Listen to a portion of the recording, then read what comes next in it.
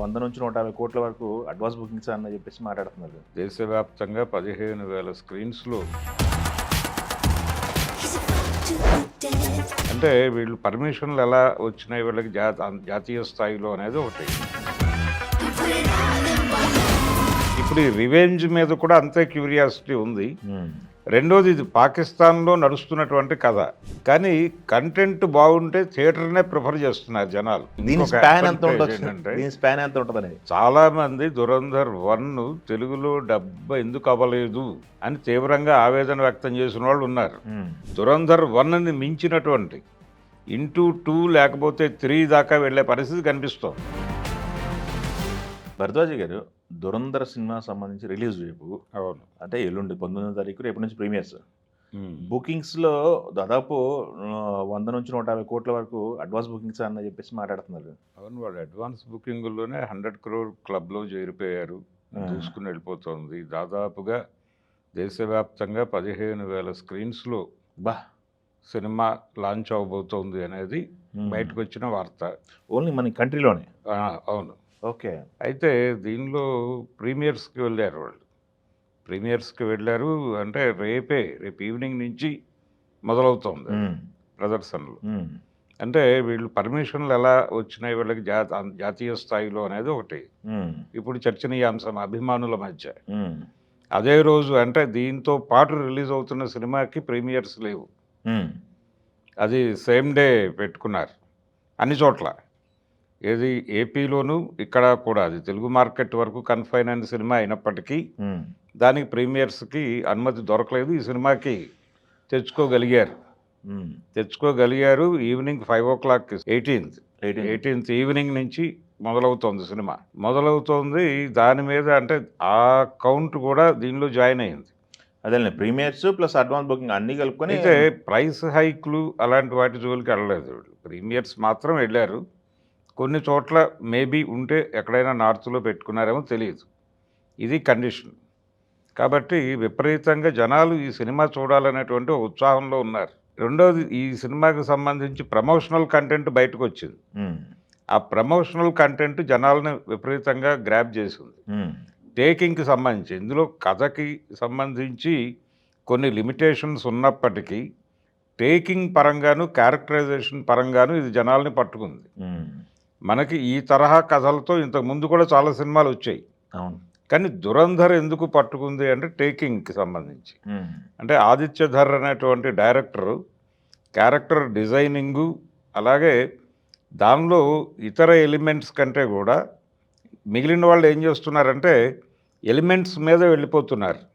అంటే దేశభక్తి, పాకిస్తాన్ ద్వేషము ఈ కంటెంట్తో చాలా సినిమాలు చూసాం మనం. కానీ ఇక్కడికి వచ్చేసరికి ప్రత్యేకంగా అవతల వైపు యువతల వైపు కూడా క్యారెక్టరైజేషన్ మీద ఎక్కువ కేంద్రీకరణ నడిచింది. అక్కడ కనెక్ట్ అయ్యి జనాలు విపరీతంగా చూశారు పార్ట్ 1. ఇప్పుడు ఈ రివెంజ్ మీద కూడా అంతే క్యూరియాసిటీ ఉంది. రెండోది ఇది పాకిస్తాన్లో నడుస్తున్నటువంటి కథ. ఇప్పుడు కొత్తగా ఆ గ్రూప్కి ఎవరు నాయకుడు అయ్యారు అనేది ఒకటి. ఆ నాయకుడు ఎవరు అనేది ఆ నాయకుడికి హీరోయిన్కి ఉన్నటువంటి రిలేషను, ఆవిడ నుంచి రివెంజ్ ప్రోగ్రామ్ ఉంటుంది అనేటువంటి ఒక ఎక్స్పెక్టేషను, ఇలా రకరకాలుగా జనాలలో ఊహాగానాలు ఉన్నాయి. అంటే ఇన్ని ఊహాగానాలు నడవడానికి కావాల్సిన కంటెంట్ని ఇచ్చేశారు వాళ్ళు. దీనిలో కొంతమంది లేరు. అంటే అంతకుముందు ఉన్నటువంటి అక్షయ్ ఇందులో లేడు.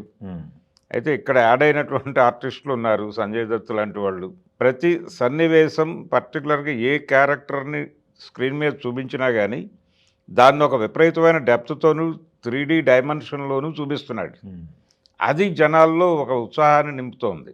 అదిగాక పైగా ఇది 4 గంటల సినిమా అని చెప్పి ముందే చెప్పేశారు. 3 గంటల 55 నిమిషాలు అని తేల్చారు ఫైనల్గా. తేల్చారు. ఇంకా సెన్సార్కి సంబంధించి క్లారిఫికేషన్ లేదు. అది వచ్చేస్తుంది. మేబీ అయిపోయి ఉంటుంది ఇప్పటికి.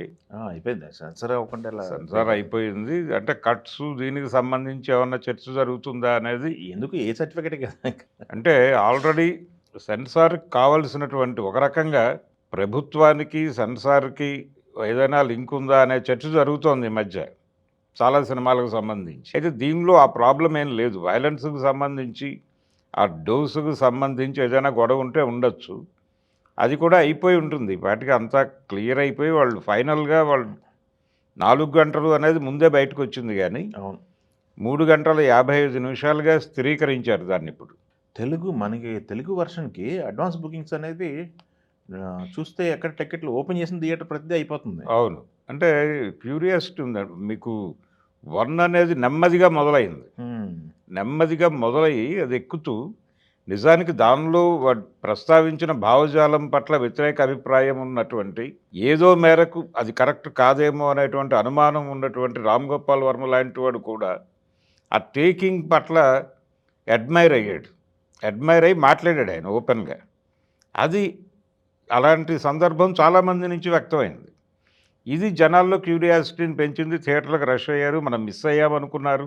ఈ మిస్ అయ్యామనుకున్న వాళ్ళు చివరి నిమిషం వరకు అది ఓటీటీలో వచ్చినా కానీ అవును.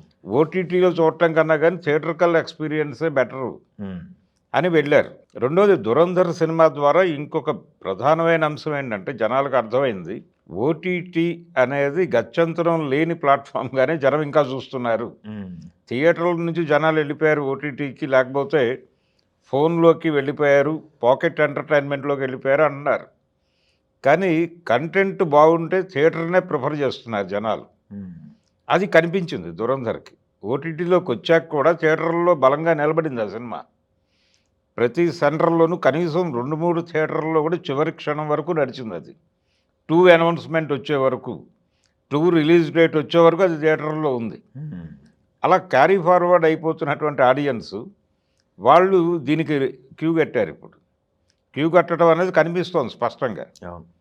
అందుకని మీకు తెలుగులో కూడా ఆ రేంజ్ బుకింగ్స్ ఓపెన్ అయినాయి.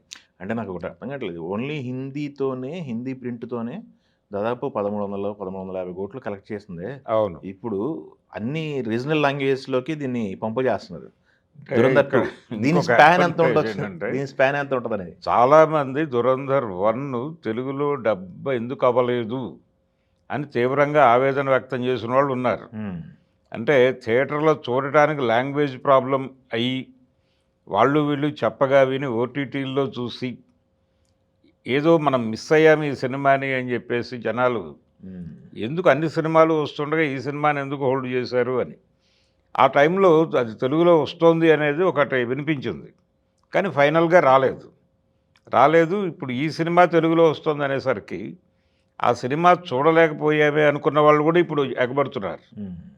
అందుకని తెలుగులో అది గతంలో కంటే అంటే దురంధర్ 1ని మించినటువంటి ఇంటూ 2 లేకపోతే 3 దాకా వెళ్ళే పరిస్థితి కనిపిస్తోంది. హ్మ్. అయితే 2000 కోట్లు మార్క్ అనేది అదే దురంధర్ ఇప్పుడు 2కి చూడొచ్చు. ఇప్పుడు 'పుష్ప' లేకపోతే వాళ్ళు చెప్తున్నట్టుగా రకరకాల దేశాల కౌంట్లన్నీ వేసి హ్మ్.